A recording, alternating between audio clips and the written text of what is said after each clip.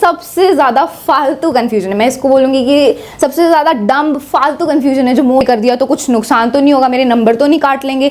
And if confusion रहती है, पता ही नहीं होता कि कितने टाइम तक उनके, फिर आपको टाइम की कोई चिंता रहेगी ही नहीं, आपका पहले से ही डिसाइडेड होगा। हमें सॉल्व करना पड़ता है, कैलकुलेशंस करनी पड़ती हैं, इसलिए मैंने आपको इसके लिए hi friends, I am Madhu. So friends, आज इस वीडियो में मैं आपको 3 ऐसी चीजें बताऊंगी जिनका आपको अपने बोर्ड एग्जाम्स में ध्यान रखना है। बिकॉज ये जो 3 पॉइंट्स है ना, इन पर मोस्ट ऑफ द स्टूडेंट्स ध्यान नहीं देते हैं, इस वजह से उनके बोर्ड एग्जाम्स में मार्क्स कट हो जाते हैं। मैंने पिछले साल खुद क्लास 10 के बोर्ड एग्जाम दिए हैं एंड मैंने रिसर्च करके आपके लिए ये पॉइंट सिलेक्ट किए हैं। एंड अगर आप इन पर ध्यान देते हैं तो आप भी अपने बोर्ड एग्जाम्स में अच्छे से अच्छा स्कोर कर सकते हैं। So this video is going to be very helpful for you, so watch it till the end. तो फ्रेंड्स, सबसे पहले है time management. Most of the students यही प्रॉब्लम फेस करते हैं कि वो एग्जाम में टाइम ही मैनेज नहीं कर पाते, उन्हें पता ही नहीं होता कि कितने टाइम तक उनके कितने क्वेश्चंस हो जाने चाहिए। एंड इस वजह से टाइम मैनेजमेंट ना होने की वजह से उनके काफी क्वेश्चंस छूट जाते हैं, क्वेश्चंस आते हुए भी छूट जाते हैं। ओके,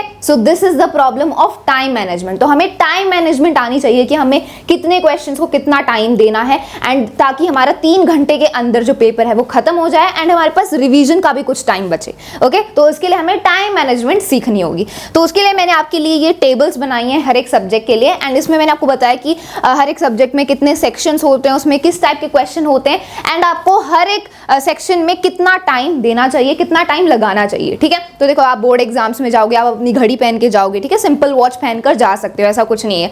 स्मार्ट वॉच नहीं पहननी, सिंपल वॉच जिसमें आप टाइम देख सकते हो, वो वॉच आप पहनकर जाओ। आपकी क्लास में भी वॉच लगी होगी, तो देन आप अपनी वॉच से टाइम मैनेज कर सकते हो एंड देख सकते हो कि आपने कितने क्वेश्चंस में कितना टाइम लगाया। ओके, तो फिर आपको टाइम की कोई चिंता रहेगी ही नहीं, आपका पहले से ही डिसाइडेड होगा कि हाँ, मुझे इतने क्वेश्चंस को इतने टाइम में कर लेना है। ओके, तो देखो, साइंस में आपके 5 सेक्शंस होते हैं, A B C D and E. ठीक है, ए सेक्शन में सारे आपके एमसीक्यूज होते हैं, टोटल 20 एमसीक्यूज होते हैं। देन बी सेक्शन में आपके वेरी शॉर्ट आंसर क्वेश्चन होते हैं जो कि 2 मार्क के होते हैं। देन शॉर्ट आंसर क्वेश्चन होते हैं सेक्शन सी में जो कि 3 मार्क के होते हैं। एंड सेक्शन डी में लॉन्ग आंसर क्वेश्चन होते हैं जो कि 5 मार्क के होते हैं। एंड सेक्शन ई में केस बेस्ड क्वेश्चन होते हैं जो कि 4 मार्क्स के होते हैं। ठीक है, तो हर एक सेक्शन में आपको कितना टाइम लगाना है। तो देखो, सेक्शन ए में एमसीक्यूज होते हैं एंड इसके लिए आपको 30 मिनट्स गिवन है, मतलब आपको 30 मिनट्स में अपना सेक्शन ए कंप्लीट कर लेना है, सारे एमसीक्यूज कर लेने हैं। ठीक है, अब टोटल 20 एमसीक्यूज होते हैं। अब देखो, जब आप एमसीक्यूज करने लगोगे तो ऐसे कुछ क्वेश्चंस होंगे जो बिल्कुल आपको इजीली आते होंगे एंड आप उनको जल्दी जल्दी टिक करके आगे बढ़ोगे, उनमें तो 3 सेकंड भी नहीं लगेंगे।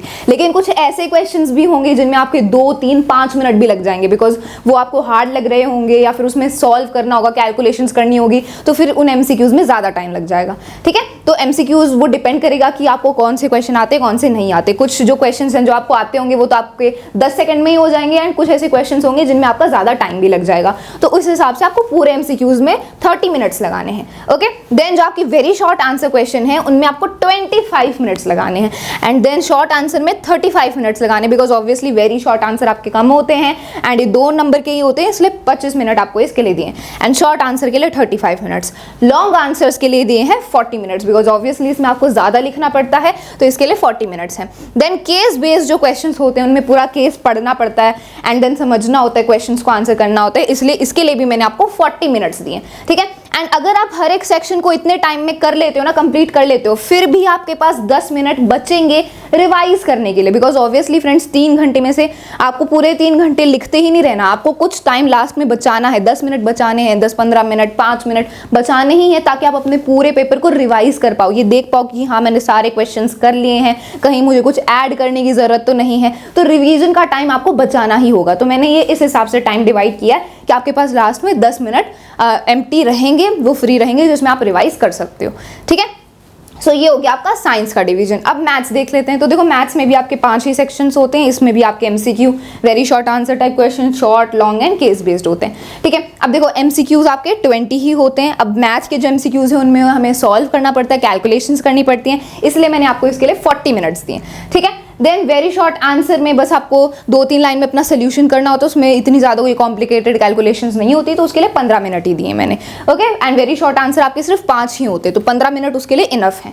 Then short answer type question के लिए 30 मिनट्स दिए हैं and long answer type question के लिए 45 मिनट्स दिए, बिकॉज ऑब्वियसली लॉन्ग आंसर में आपको पूरा एक डायग्राम भी दिया होता है, समझना होता है, कॉम्प्लिकेटेड क्वेश्चंस होते हैं, इसलिए इसके लिए ज़्यादा टाइम भी दिया है। एंड केस बेस्ड के लिए 40 मिनट्स दिए, बिकॉज केस बेस्ड आपको किसी भी चैप्टर से पूछ लेंगे, केस दे देंगे, डायग्राम दे देंगे, एंड देन क्वेश्चंस को पार्ट्स में आपको गिवन होते हैं, उनको आपको आंसर करना होता है, तो उसके लिए 40 मिनट्स, ठीक है। केस बेस्ड में कम टाइम लगता है as comparison to the long answers, तो इसके लिए मैंने आपको 40 मिनट्स दिए। एंड ये सारा टाइम यूज करने के बाद भी आपके पास 10 मिनट बाकी रह जाएंगे रिवीजन करने के लिए, ठीक है।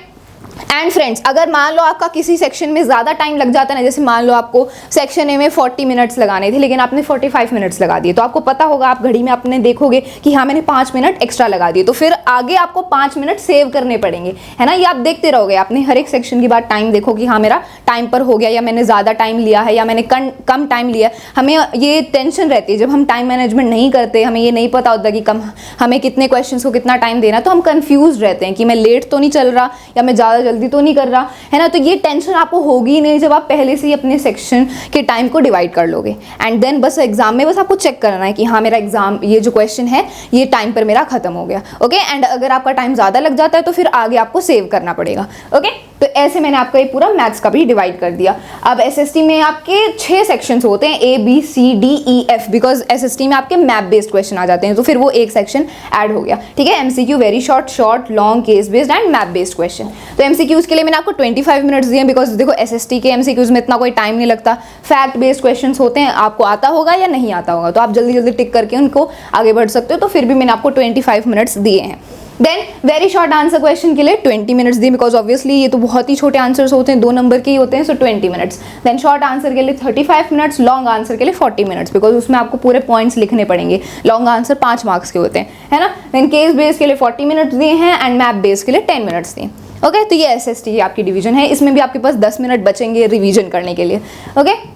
देन इंग्लिश में आपके 3 ही सेक्शन होते हैं, A, B एंड C, ठीक है। ए सेक्शन आपका रीडिंग सेक्शन होता है जिसमें आपके पास 2 पैसेज होते हैं, उन पैसेज को पढ़ के आपको आंसर करना होता है, ठीक है। तो पैसेज को पढ़ना, फिर क्वेश्चंस को समझना, देन उनके आंसर्स को फाइंड आउट करना, इसमें टाइम लगता है, तो मैंने आपको 45 मिनट्स दिए हैं दोनों पैसेजेस को सॉल्व करने के लिए, ठीक है। फिर आपका सेक्शन B होता है grammar and creative writing skills, तो इसमें ग्रामर के क्वेश्चन होते हैं, ठीक है। ग्रामर के क्वेश्चन आपको आंसर करने हैं, उसमें आपको फिल इन द ब्लैंक्स दे देंगे, या फिर कंप्लीट द सेंटेंस, या फिर रीअरेंज द सेंटेंस, ऐसे क्वेश्चन दे देंगे, तो उनको आपको आंसर करना है। क्रिएटिव राइटिंग स्किल्स में आपका एनालिटिकल पैराग्राफ या लेटर आएगा, है ना। ये 5-5 मार्क्स के होते हैं। एंड ये जो राइटिंग सेक्शन है इसमें आपको सोच के लिखना पड़ता है, आपको अपना कंटेंट खुद बनाना होता है, तो इसके लिए मैंने आपको 50 मिनट्स दिए, ठीक है। देन सेक्शन सी आपका लिटरेचर होता है, इसमें आपको एक्सट्रैक्ट गिवन होता है चैप्टर में से, एंड उनको आपको आंसर करना होता है, क्वेश्चंस गिवन होते हैं तो उनको आंसर करना होता है, तो उसके लिए मैंने आपको 55 मिनट्स दिए, ठीक है। तो इनफ टाइम है आपके पास तीनों सेक्शंस के लिए। एंड अगर आप इतना टाइम लगाते हो ना हर एक सेक्शन में, तो आपके पास 20 मिनट बचेंगे एग्जाम ओवर होने में, ठीक है। इंग्लिश में आपके पास 20 मिनट बचेंगे, बाकी के जो सब्जेक्ट्स हैं उनमें सिर्फ 10 मिनट्स बच रहे हैं, ठीक है। तो 20 मिनट आपके पास रिवीजन के लिए होंगे, बिकॉज हमें दोबारा इंग्लिश में ज़्यादा रिवाइज करना पड़ता है कि कैसे लेटर लिखा है, कैसे एनालिटिकल पैराग्राफ लिखा है, ग्रामर के कैसे आंसर किया है, ठीक है। तो वो सारे में रिवीजन में आपको ज़्यादा टाइम लगेगा, इसलिए इसके लिए मैंने आपको 20 मिनट्स दिए, ओके। तो आप इसे नोट कर सकते हो। तो ये इंग्लिश का भी मैंने आपको पूरा डिवीजन बता दिया टाइम का। ऐसे आपको हर एक सब्जेक्ट में अपना टाइम मैनेज करना है। आप अपनी वॉच में बस चेक करते जाओगे कि हाँ मेरा टाइम पर खत्म हो रहा है, एंड आपकी टाइम मैनेजमेंट की जो टेंशन है वो बिल्कुल ही फ्री हो जाएगी। एंड फ्रेंड्स, अभी ये ऐसा नहीं है कि ये जो टाइम मैनेजमेंट आपको बताई है ये आप अपने बोर्ड एग्जाम्स में ही यूज़ करोगे। अभी जब आप सैम्पल पेपर्स कर रहे हो, सैम्पल पेपर्स अपने सॉल्व कर रहे हो, तो उसमें ये टाइम मैनेजमेंट के तरीके को अप्लाई करो, ठीक है। जब आप अपना सैम्पल पेपर कर रहे हो, जैसे फॉर एग्जाम्पल आप मैथ्स कर रहे हो, तो आप यहाँ पर भी टाइम सेट करके सैम्पल पेपर सॉल्व करोगे कि मेरा सेक्शन ए 40 मिनट्स में खत्म हो जाना चाहिए। जब आप सैम्पल पेपर्स में ऐसे टाइम मैनेजमेंट की प्रैक्टिस करोगे तभी तो बोर्ड एग्जाम में टाइम मैनेज कर पाओगे। बोर्ड एग्जाम में पहली बारी में ही, एक बारी में ही आप टाइम मैनेज नहीं कर पाओगे, ओके। तो पहले से ही आपकी प्रैक्टिस होनी चाहिए। कैसे प्रैक्टिस करोगे? सैम्पल पेपर्स करके, ठीक है। तो सैम्पल पेपर्स में आपको ये सारी चीजें अप्लाई करनी है, ओके, तभी आप बोर्ड एग्जाम में अच्छा कर पाओगे।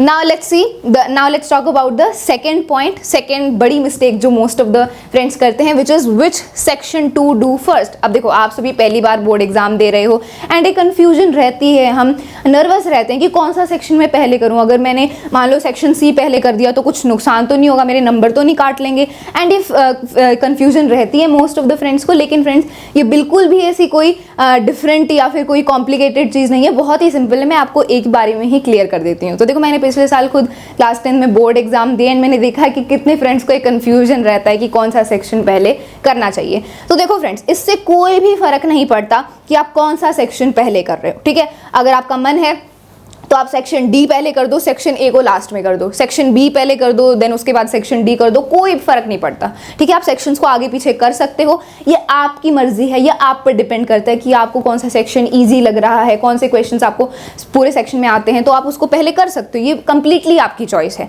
अगर आप मेरा पर्सनल ओपिनियन मांग रहे हो, मेरी पर्सनल एडवाइस मांग रहे हो, तो मैं आपको रिकमेंड करूंगी कि जिस सीक्वेंस में आपको सेक्शंस गिवन होते हैं ना, सेक्शन ए, देन उसके बाद बी, सी, डी, ई, तो आपको सीक्वेंस में ही करने चाहिए। बिकॉज इस हिसाब से वो जो सेक्शंस अरेंज्ड होते हैं कि क्वेश्चंस का लेवल बढ़ता जाता है। पहले एमसीक्यू होते हैं, फिर वेरी शॉर्ट, फिर लॉन्ग, फिर केस बेस्ड। तो जो क्वेश्चन है उनका लेवल बढ़ता जाता है एंड टाइम भी बढ़ता जाता है। तो अगर आप सीक्वेंस में करोगे तो वो ज़्यादा बेटर रहेगा एंड आपको ज़्यादा कन्फ्यूजन भी नहीं होगी कि हाँ मैंने ये वाला सेक्शन कर लिया क्या, या ये वाला बाकी रह गया। आप सीक्वेंस में करते जाओगे, आपको इतना कोई कन्फ्यूजन भी नहीं होगी एंड आप जो क्वेश्चंस हैं उनकी जो लेंथ है वो भी इंक्रीज होती जाएगी। ओके, तो आप सीरीज में करो, ये मैं आपको रिकमेंड करूंगी। मैंने क्लास 10th अपना बोर्ड एग्जाम दिया था, मैंने ऐसे ही किया था। लेकिन ऐसा कुछ भी फिक्स नहीं है कि आपको सीक्वेंस में ही करना है। आप आगे पीछे कर सकते हो। अगर आपको कोई सेक्शन के क्वेश्चन ज़्यादा इजी लग रहे हैं, आते हैं, तो आप उसको पहले कर सकते हो। लेकिन फ्रेंड्स, इस बात का ध्यान रखना कि जब आप कोई सेक्शन कर रहे हो, जैसे फॉर एग्जाम्पल आप सेक्शन सी पहले कर रहे हो, तो सेक्शन सी को पूरा कंप्लीट कर लो, ठीक है। आपको मिक्स बिल्कुल भी नहीं करना। एक सेक्शन जब आप कर रहे हो तो वो कंप्लीट होना चाहिए, देन उसके बाद अगला सेक्शन स्टार्ट करो, ठीक है। एंड मान लो आप सेक्शन सी कर रहे हो, उसमें आपको एक दो क्वेश्चन नहीं आता, तो उसके लिए आप स्पेस छोड़ दो एंड देन आगे बढ़ो, ठीक है। मिक्स बिल्कुल भी नहीं करना। ओके, जैसा कि हम सीरीज में करते हैं अपने सेक्शंस को, वैसे ही करना है, बस वो सेक्शन कंप्लीट होना चाहिए, ठीक है। तो ये जो सेक्शन वाली कंफ्यूजन थी, ये भी मैंने आपको पूरी अच्छे से क्लियर कर दी। मोस्ट ऑफ द फ्रेंड्स को ये कंफ्यूजन रहती है, so I hope it is clear to you. Okay, अब बात करते हैं रफ वर्क के बारे में। ये सबसे ज़्यादा फालतू कंफ्यूजन है, मैं इसको बोलूँगी कि सबसे ज़्यादा डम्ब फालतू कंफ्यूजन है जो मोस्ट ऑफ द फ्रेंड्स को रहती है एंड इट्स जेन्युइन। बिकॉज देखो, हम पहली बार बोर्ड एग्जाम दे रहे हैं, हमें डर लगता है कि अगर मैंने शीट पे रफ वर्क कर लिया तो कहीं मेरे मार्क्स तो नहीं काट लेंगे। तो फ्रेंड्स, ऐसा बिल्कुल भी नहीं है, ठीक है। हम मोस्ट ऑफ द फ्रेंड्स हम सोचते हैं कि शीट पे रफ वर्क नहीं करना, क्वेश्चन पेपर पे रफ वर्क कर लूँ क्या, या फिर लास्ट में रफ वर्क कर लूँ क्या। ये बिल्कुल गलत है। आपको अपना रफ वर्क आप अपनी शीट पे कर सकते हो। उसके लिए आपको करना क्या है, देखो फॉर एग्जाम्पल ये आपकी शीट है, ये आपकी एग्जाम शीट होगी, इसमें आपको काफ़ी शीट्स गिवन होंगी, तो आपको एक्स्ट्रा शीट लेने की बिल्कुल भी ज़रूरत नहीं होगी। हम मोस्ट ऑफ द फ्रेंड्स क्या करेंगे, हम लास्ट में जाएंगे एंड लास्ट में कैलकुलेशंस करने लगेंगे एंड देन फिर पीछे पलट के अपना आंसर लिखेंगे। ये टोटली गलत है, इसमें टाइम वेस्ट हो रहा है आपका। या फिर मोस्ट ऑफ द फ्रेंड्स क्या करेंगे, क्वेश्चन पेपर पर ही कैलकुलेशंस करने लगेंगे। तो ऐसा आपको बिल्कुल नहीं करना। जो आपकी आंसर शीट है, यहाँ पर लेफ्ट मार्जिन तो आप ड्रॉ करोगे, लेफ्ट मार्जिन ड्रॉ करोगे क्वेश्चन लिखने के लिए, क्वेश्चन नंबर 1, 2, 3 एंड देन उनके आंसर्स होंगे। यहाँ पर राइट साइड पर आपको क्या करना है, राइट साइड पर अपना ये मार्जिन ड्रॉ कर लेना। जितना बड़ा आपको मार्जिन ड्रॉ करना है, आपको पता होगा कि कितनी कैलकुलेशंस करनी है, कितना रफ वर्क करना है, तो उस हिसाब से आप अपना ये लेफ्ट मार्जिन ड्रॉ करोगे एंड ऊपर बस रफ वर्क लिख दो।